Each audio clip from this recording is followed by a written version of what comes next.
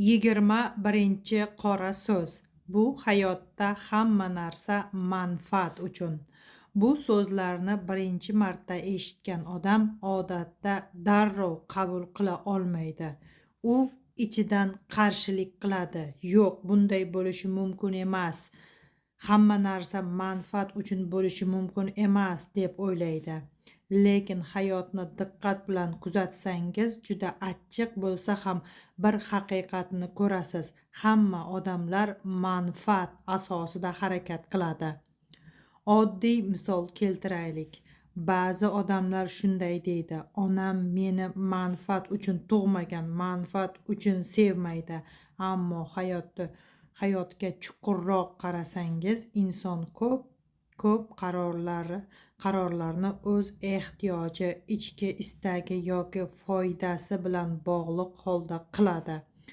Ayol farzand ko'rishni, bunda ham uni o'z istagi, o'z ehtiyoji, o'z hayotiy ma'nosi bor. Ba'zan u yolg'iz qolmaslik uchun farzand ko'radi, ba'zan qarilikda suyanch bo'lishi uchun, ba'zan esa hayotini davomchisini ko'rish xohlaganligi uchun.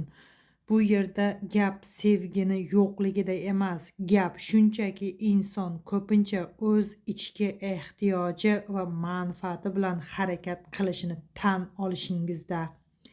Agar inson shu haqiqatni anglab olsa, u odamlarni harakatidan kamroq xafa bo'ladi, chunki u tushunadi, har bir inson ko'pincha o'z ehtiyoji, o'z manfaatiga qarab harakat qiladi.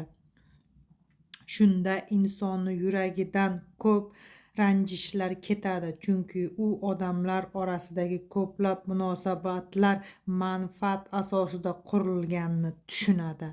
Ammo yana bir haqiqat bor: inson bilan inson o'rtasidagi munosabatlardan manfaat bo'lishi mumkin, lekin inson bilan Alloh o'rtasidagi munosabatda manfaat qurilmaydi. Inson shu haqiqatni anglagan paytda yuragini odamlarga ortiqcha bog'lab qo'ymaydi. U biladi, odamlar o'z yo'li bilan yashaydi. Shunda inson qalbini eng pok munosabatga, Alloh bilan bo'lgan munosabatga bog'laydi. 22 qora so'z. Bu hayotda savolingizga mos javob olasiz. Hayotda ko'p odamlar savoliga javob izlaydi, ammo ko'pchilik bitta narsani unutadi: javob savolga qarab keladi. Agar siz hayotga noto'g'ri savol bilan murojaat qilsangiz, hayot ham sizga noto'g'ri yoki keraksiz javoblarni beradi. Ammo agar siz vaziyatga to'g'ri savol qo'ya olsangiz, javob ham o'z-o'zidan to'g'ri kelishni boshlaydi. Masalan, inson ba'zan shunday savol beradi: nega bu muammo meni boshimga tushdi? Bu savol ko'pincha odamni yanada og'ir o'ylar ichiga soladi. Ammo savolni boshqacha qo'yish ham mumkin: bu vaziyat menga nimani o'rgatmoqchi? Yoki bu muammodan qanday saboq olishim mumkin? Mana shu savolni o'zi insonni fikrlashini o'zgartiradi. Hayot shunday tuzilgan: inson qanday savol bersa, hayot ham unga o'sha savoliga mos javoblarni ko'rsatishni boshlaydi. Shuning uchun inson uchun eng muhim ko'nikmalardan biri to'g'ri savol berishni o'rganishdir. To'g'ri savol bergan inson yo'lga boshlaydi. To'g'ri savol insonni ongini ochadi. To'g'ri savol esa ko'pincha yarim javobini o'zida tashkil qiladi. Agar inson hayotda savollarni ongli ravishda qo'ya olsa, hayot ham unga mos ravishda yo'l ko'rsata boshlaydi. Shunda hayot murakkab emas, yanada tushunarli va yengil bo'lib qoladi. 23 qora so'z. Bu hayotda hamma xato qiladi. Agar siz yer yuzida yashayotgan bo'lsangiz, demak siz odamsiz. Inson bo'lgan joyda esa xato ham bo'ladi, chunki inson mukammal emas. Ba'zi odamlar xato qilib qo'yganidan keyin o'zini qattiq ayblaydi, ichiga yutadi, yuragini siqib yuradi, go'yoki u boshqa hech qachon xato qilmasligi kerakdek o'ylaydi. Ammo bu hayot qonuniga zid. Bu dunyoda yashayotgan har bir inson xato qiladi. Xato tarixda eng buyuk, eng dono, komillikka yetgan insonlarni ham hayotini o'qib, avtobiografiyasini ko'rib chiqsangiz, ularni ham xatolari bo'lganini ko'rasiz. Sababi ular ham siz va biz kabi banda bo'lgan. Banda esa xatosiz yashamaydi. Bu dunyoda faqat Alloh va uni farishtalari xato qilmaydi. Qolgan barcha insonlar esa xato qilish orqali o'rganadi, o'sadi va tajriba orttiradi. Shuning uchun xato qilib qo'yganingizda o'zingizni haddan tashqari qiynamang. Yuragingizni siqib, o'zingizni ayblab yurishingizni foydasi yo'q. Muhimi xatodan saboq olish. Chunki xato qilmagan odam odatda harakat qilmagan odam bo'ladi. Harakat qilgan inson esa ba'zan yiqiladi, ba'zan adashadi, lekin shu jarayon orqali u kuchayaveradi. Shuni yodingizda tuting. Inson xato qilishi tabiiy hol va xato qilish har bir insonga berilgan huquqdir. Muhimi o'sha xatodan to'g'ri saboq chiqarishdadir. 24-qora so'z. Odam hamma narsadan charchaydi. Yer yuzida hayotni shunday bir qonuni bor. Inson vaqt o'tishi bilan hamma narsadan charchashi mumkin. Hatto eng yaxshi narsalar ham agar ular bir xil takrorlanaveradigan bo'lsa, bir kun kelib insonni joniga tegishi tabiiy. Sababi inson tabiati shunday yaratilgan. Agar bir xil holat, bir xil ish yoki bir xil jarayon uzoq vaqt davomida takrorlanaveradigan bo'lsa, inson undan zerika boshlaydi. Shuning uchun hayotda harakat, o'zgarish va rivojlanish zarurdir. Agar inson butun umr faqat bitta narsani takrorlab yashasa, hayot asta-sekin rangsiz, kulrang bo'lib qoladi. Bir xil kunlar, bir xil ish, bir xil o'ylar, bularni hammasi oxir oqibat insonni charchatadi. Shuning uchun inson bu dunyoga faqat yashab o'tish uchun emas, balki o'sish va rivojlanish uchun kelgan. Inson yangi narsalarni o'rganishi, yangi maqsadlar qo'yishi, o'zini o'zgartirishi va rivojlanishi kerak. Agar ana shunda hayot qiziqarli bo'lib qoladi. Chunki inson tabiati evolyutsiya qilishga, o'sishga intiladi. Agar inson bir joyda qotib qolsa, bir xil hayotni takrorlab yashayversa, u hayotdan charchay boshlaydi. Shuning uchun hayotni siri oddiy. Inson yashabgina qolmasligi kerak. U doim rivojlanib borishi kerak. 25-qora so'z. Odamlar bir-biriga majbur emas. Hayotda ko'pchilik odamlar bitta xatoga yo'l qo'yadi. Ular o'z baxtini, tinchligini yoki hayotini yo'lini boshqalarga bog'lab qo'yadi. Go'yoki kimdir kelib uni baxtli qilishi kerakdek, kimdir uni muammolarini hal qilib berishi kerakdek o'ylaydi. Ammo hayotning muhim haqiqatlaridan biri shuki, insonlar bir-biriga majbur emas. Hech kim siz uchun yashashga majbur emas. Hech kim sizni baxtli qilishga majbur emas. Hech kim sizni orzularingizni amalga oshirib berishga majbur emas. Har bir inson o'z hayotini egasi va o'z yo'lini yo'lovchisidir. Inson ko'pincha boshqalardan ko'p narsa kutadi. Kimdir uni tushunishini, kimdir yordam berishini, kimdir uni hayotini yengillashtirishini kutadi. Ammo haqiqat shuki, har bir inson o'z hayoti uchun o'zi javobgar. Sizni baxtingiz uchun ham, tanlovlaringiz uchun ham, qilgan ishlaringiz uchun ham eng katta javobgar o'zingizsiz. Boshqa odamlar sizni hayotingizni yashab bera olmaydi. Boshqa odamlar sizni o'rningizga qaror qabul qila olmaydi. Shuning uchun inson o'z hayotini mas'uliyatini boshqalarga yuklamasligi kerak. Agar inson o'z baxtini boshqalarga bog'lab qo'ysa, u doim hafsalasi pir bo'lib yuradi. Chunki odamlar har doim ham siz kutgandek yashamaydi.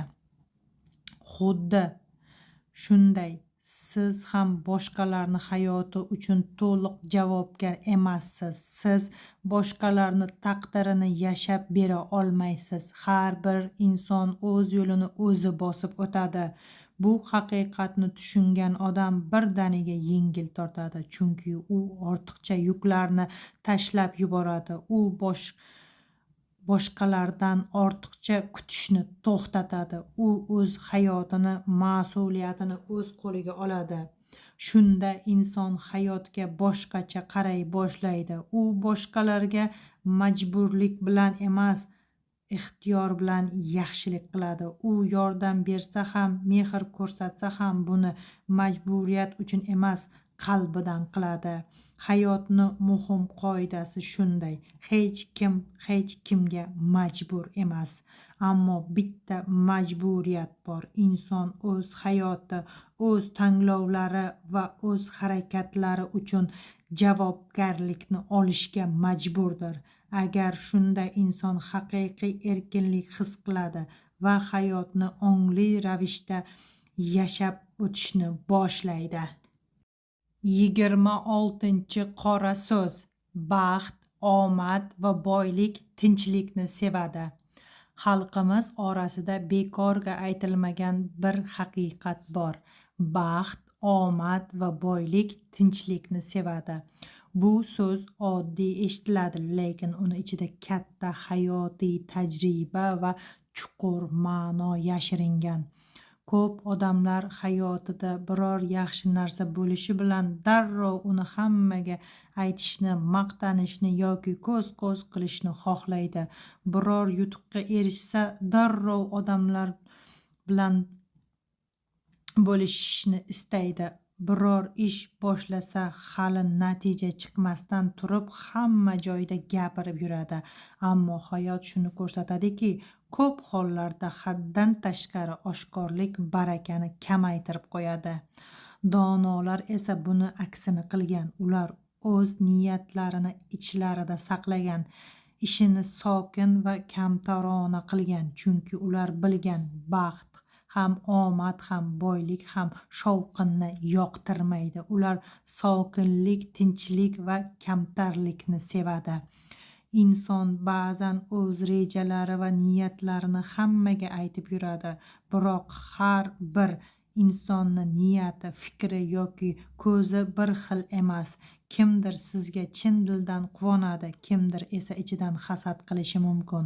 Shuning uchun ham dono odam o'zini eng muhim niyatlari, rejalari va yutuqlarini hammaga aytib yurmaydi. Bu degani inson yashirin yashashi kerak degani emas. Gap shundaki, inson hayotidagi eng qadrli narsalarni ko'z-ko'z qilib yurmasligi kerak. Chunki haddan tashqari maqtanchoqlik, o'zini ko'rsatishga urinish yoki hamma joyda ovoza qilish ko'pincha sizga kelayotgan barakani kamaytirib qo'yadi. Baxt ham shunday. Agar inson o'z baxtini haddan tashqari ko'z-ko'z qilsa, u asta sekin yo'qola boshlashi mumkin. Odam ham shunday. U kamtarlikni sevadi.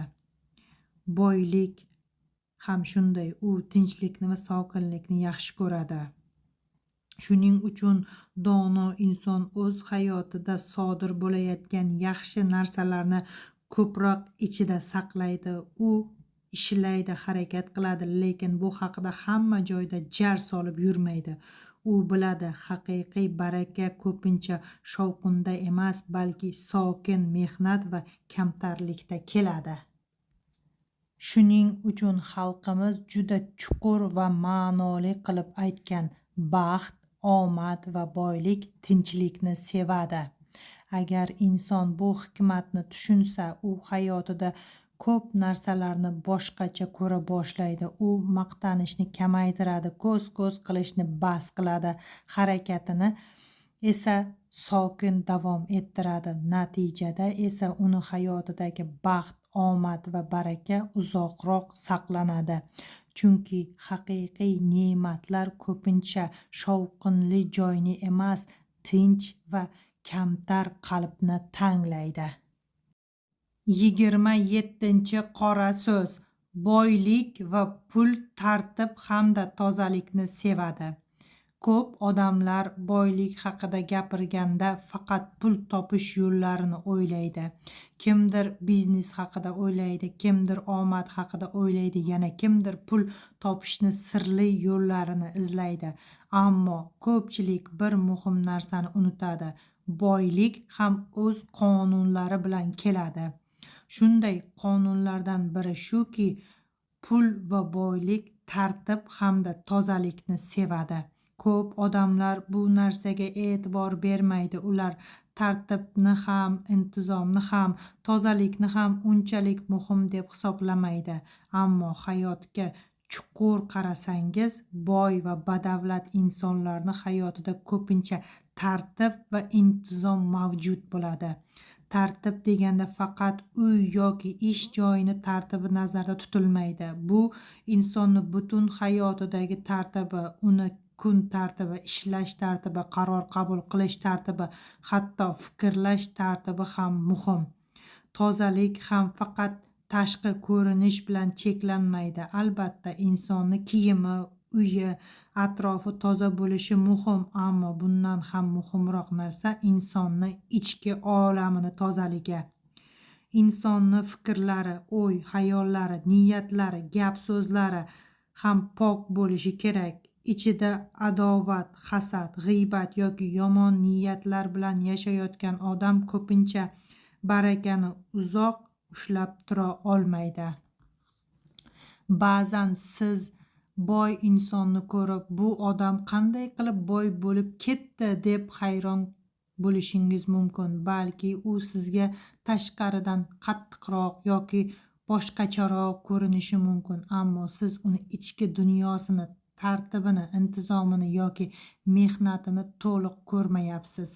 Boylik va pul bekordan bekorga kelmaydi. Har bir natijaning ortida ko'pincha tartib, mehnat va ichki intizom bo'ladi. Shuning uchun inson boshqalarni boyligini muhokama qilishga shoshilmasligi kerak, chunki siz ko'rmayotgan sabablar bo'lishi mumkin. Agar inson bu hayotda boy, badavlat va barakali bo'lishni istasa, u avvalo o'z hayotida tartib va intizomni shakllantirishi kerak. Uyida ham, ishida ham, fikrlarida ham, qalbida ham tozalik bo'lishi kerak. Chunki hayotning yana bir oddiy ammo chuqur qonuni bor. Boylik va pul tartib hamda tozalikni sevadi. Kim o'z hayotiga tartib olib kira olsa, u qalbini ham pok tutsa, uning hayotiga baraka va imkoniyatlar ham asta-sekin kirib kelishni boshlaydi. 28-qora so'z. Do'stingning kimligini ayt, men seni kimligingni aytaman. Xalqimiz orasida qadimdan aytilib kelinadigan juda chuqur ma'noga ega bir maqol bor. Do'stingning kimligini ayt, men sening kimligingni aytaman. Bu oddiy gapga o'xshaydi, lekin uni ichida inson tabiatini tushuntirib beradigan katta haqiqat yashiringan. Hayotda shunday bir qonun bor. Odamlar odatda o'ziga o'xshagan odamlar bilan yaqinlashadi. Inson o'ziga mos keladigan, o'zi kabi fikrlaydigan, hayotga o'xshash qaraydigan odamlar bilan do'st bo'ladi. Ular dunyoqarashi, hayotga munosabati, maqsadi va qiziqishlari bir-biriga yaqin bo'lgani uchun ular bir-birini yaxshi tushunadi. Inson hech qachon o'ziga mutlaqo o'xshamaydigan odam bilan uzoq vaqt chin do'st bo'lib yashay olmaydi, chunki ularni o'ylari, qarashlari va hayotga bo'lgan munosabatlari bir-biriga to'g'ri kelmaydi. Shuning uchun bunday munosabatlar ko'pincha uzoq davom etmaydi. Do'stlik aslida oddiygina birga yurish yoki birga vaqt o'tkazish emas. Do'stlik bu ichki yaqinlikdir. Bu insonni fikrlashidagi yaqinlik, hayotga qarashidagi o'xshashlik va maqsadlaridagi uyg'unlikdir. Do'stlar bir-birini ichki olamini tushuna oladi va bir-birini fikrlarini qabul qila oladi. Masalan, agar inson ilmga intiladigan bo'lsa, u ko'pincha ilmga qiziqadigan odamlar bilan do'stlashadi. Agar inson mehnatsevar bo'lsa, u mehnatsevar odamlar orasida yuradi. Agar inson hayotga yengil qaraydigan bo'lsa, u ham xuddi shunday odamlar bilan yaqinlashadi. Shuning uchun inson do'stlariga qarab uni qanday inson ekanligini ham taxmin qilish mumkin. Chunki inson kimlar bilan ko'p vaqt o'tkazsa, asta-sekin o'sha muhitni ta'sirini oladi va shu muhitni odamiga aylanadi. Ba'zan hayotda shunday bo'ladiki, ilgari juda yaqin bo'lgan do'stlar vaqt o'tib bir-biridan uzoqlashib ketadi. Ko'pchilik bunday vaziyatda hayron bo'ladi yoki xafa bo'ladi, ammo buning sababi ko'pincha juda oddiy. Insonlarning qarashlari va maqsadlari o'zgardi. Masalan, bir inson o'sishni boshlaydi, yangi maqsadlar qo'yadi, dunyoqarashini kengaytiradi. Ikkinchi inson esa o'sha eski qarashlar bilan yashaydi, davom etadi. Shu paytda boshlab ularning yo'llari asta-sekin ajrala boshlaydi.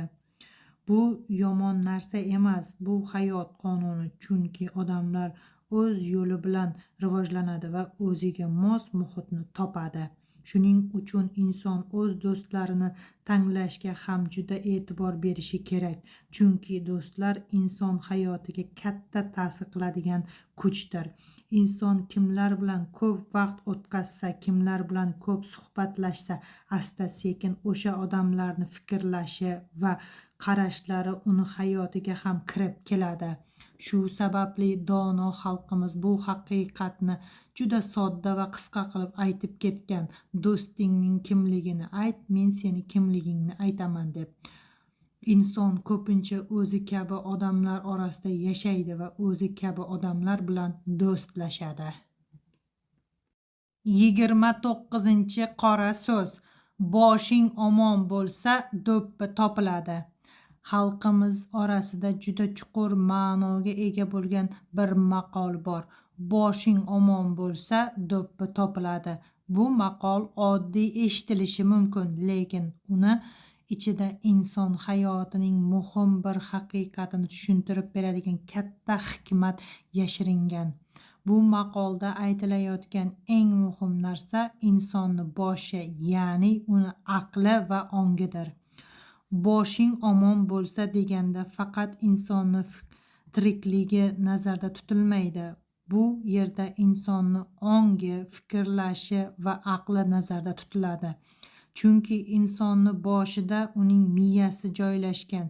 Miyani ichida esa insonni fikrlari, o'y-hayollari, qarorlari va hayotini boshqaradigan ong mavjuddir.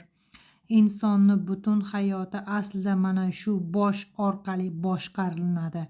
Ko'z orqali inson dunyoni ko'radi, quloq orqali eshitadi, og'iz orqali gapiradi. Miya esa bularni barchasini boshqaradi.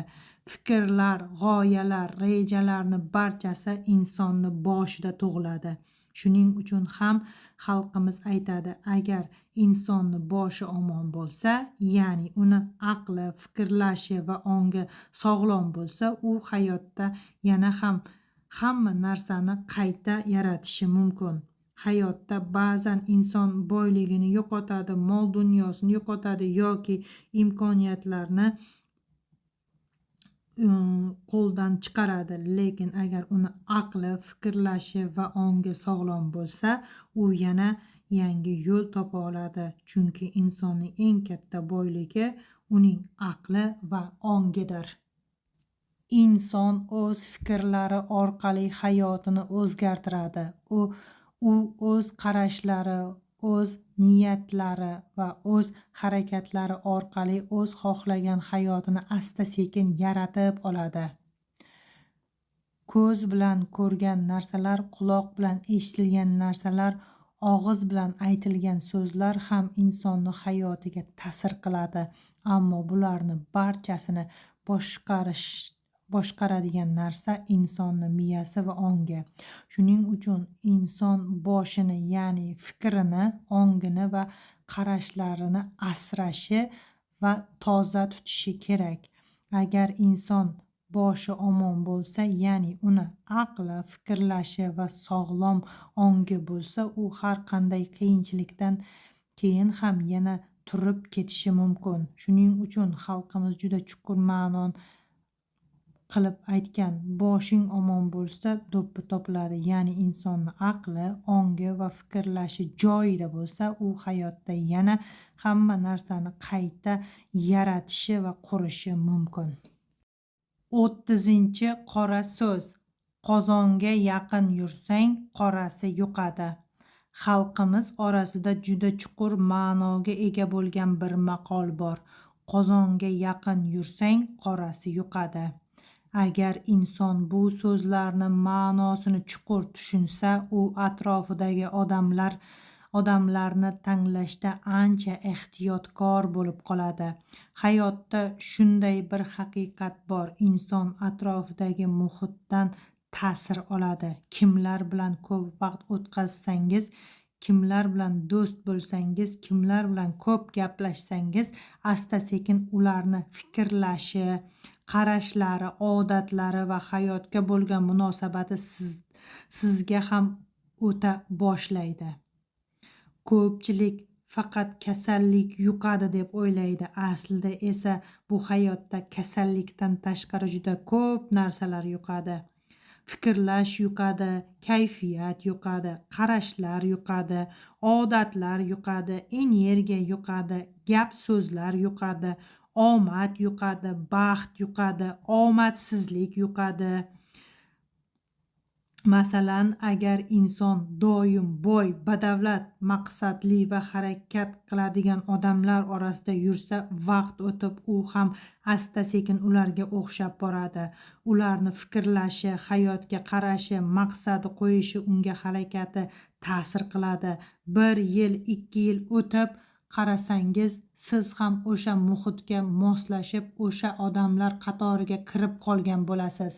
Aksincha, agar inson doim hayotdan noliydigan, hammani ayblaydigan, baxtsizman deb yuradigan odamlar orasida yursa, u ham asta-sekin shunday kayfiyatni o'ziga singdirib, yuqtirib oladi.